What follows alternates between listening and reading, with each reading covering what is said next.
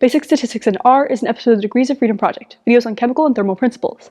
Definitions and additional details can be found in the webpage link in the description. R is a programming language designed for doing statistical calculations. R was written to be an open-source alternative language to the commercial statistical language S. There are many ways to run R, but most people program in R using the RStudio Integrated Development Environment, or IDE. This video assumes that you have managed to install both R and RStudio on your computer. If you need assistance installing R and RStudio, check out the posit.co website or the link in the description below.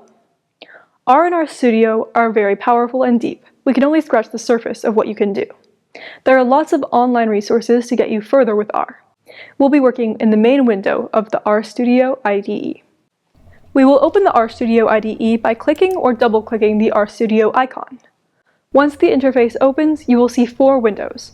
On the upper left is the script window. If you want to write or reuse a script, you will enter it in this area. You can choose what sort of script you want to write. We'll use an R script since we're trying to write things in R.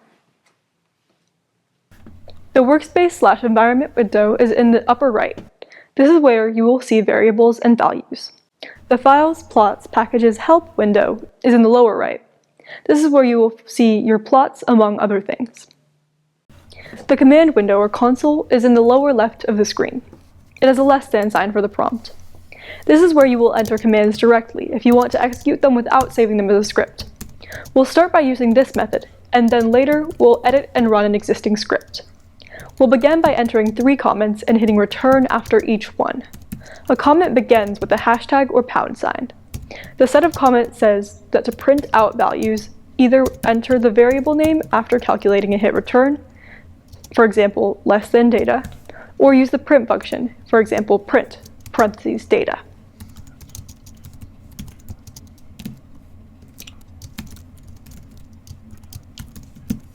Since the information we want will be displayed up in the workspace, we won't use either of these methods.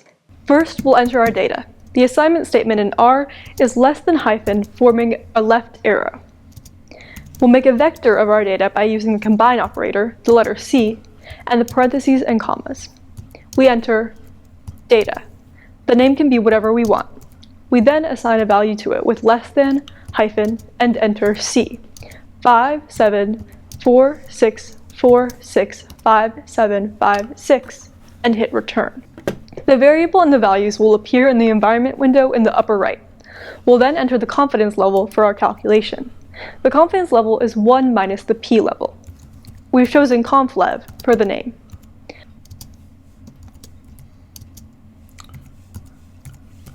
Again, the entered value appears in the workspace environment window. We'll then calculate the arithmetic mean, or average, with the mean function.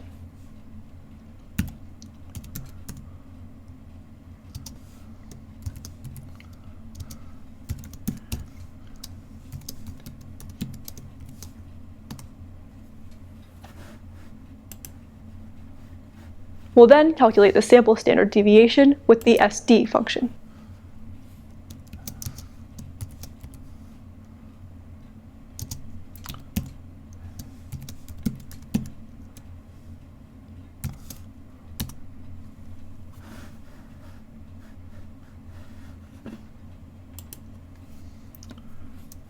We'll determine the length of the dataset with the length function.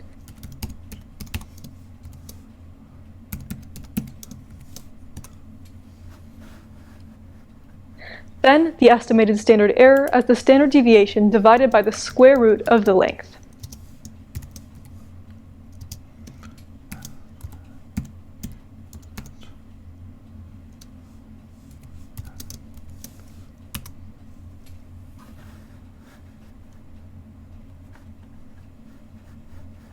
Next, we'll calculate the student t-value for a 2-sided distribution using the qt function. The qt is the 1-sided function, and the entered manipulation lets us get the 2-sided value.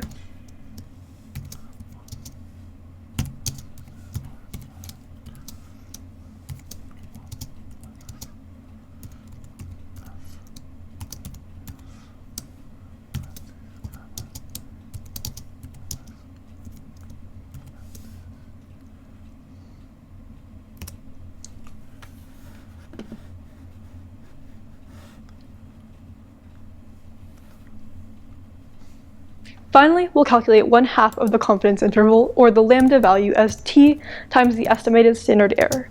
Here, we've replicated the by-hand calculations by using R as a hand calculator with a built-in t function.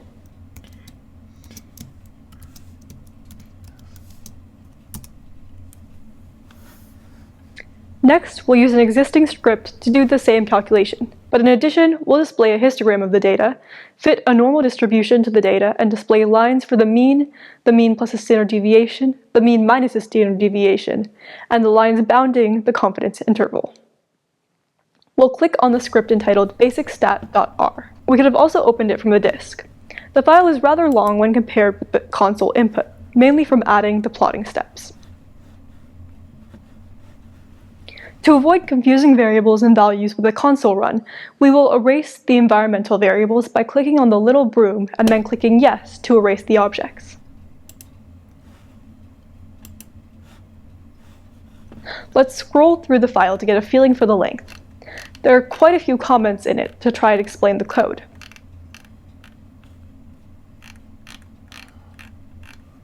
So that we can run the code for our case, we'll change the data line in the script to the values from the previous example, 5, 7, 4, 6, 4, 6, 5, 7, 5, and 6. And then we'll save the file.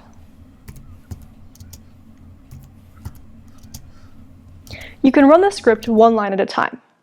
Comments are included with the line of code following them.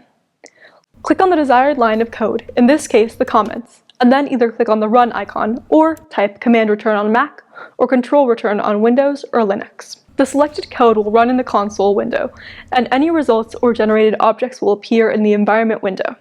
The first 6 lines of code install 2 different packages if they haven't already been loaded, and then include 3 libraries in the environment. Tidyverse is a very popular set of R packages that provide a number of convenience functions. The main one we're going to use is ggplot2, which is widely regarded as the R package with the best ability to plot data. However, it is not straightforward if you want to use less common features. LaTeX2EXP lets you plot LaTeX expressions on graphs and figures. It's nice if you want to include Greek letters or math expressions on your graphs. Once we've finished loading libraries, we'll load the data like we did in the first example, and the values will appear in the environment window. The commented out data are in case you want to test the script with a larger data set. You can comment or uncomment sections of code by selecting the section and choosing Comment, Uncomment lines in the code menu. As before, we enter the confidence level and then calculate the mean of the data, followed by the sample standard deviation. For use in plotting, we specify an array with the mean minus 1 standard deviation and the mean plus 1 standard deviation.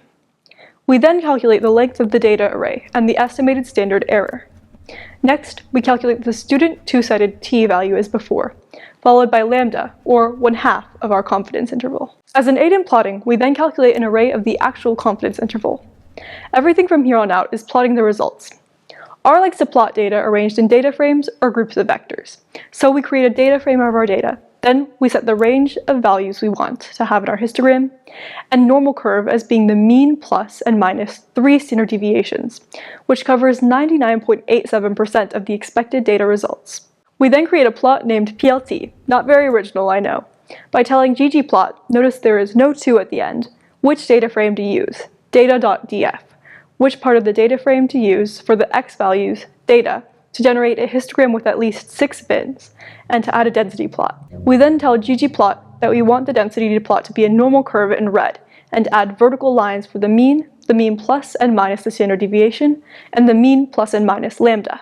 We then build the plot without any annotations, so we can get the maximum value. We then annotate the various lines with x bar plus and minus lambda, and x bar plus and minus s. Thanks for watching. This video was brought to you by the DOFPro team.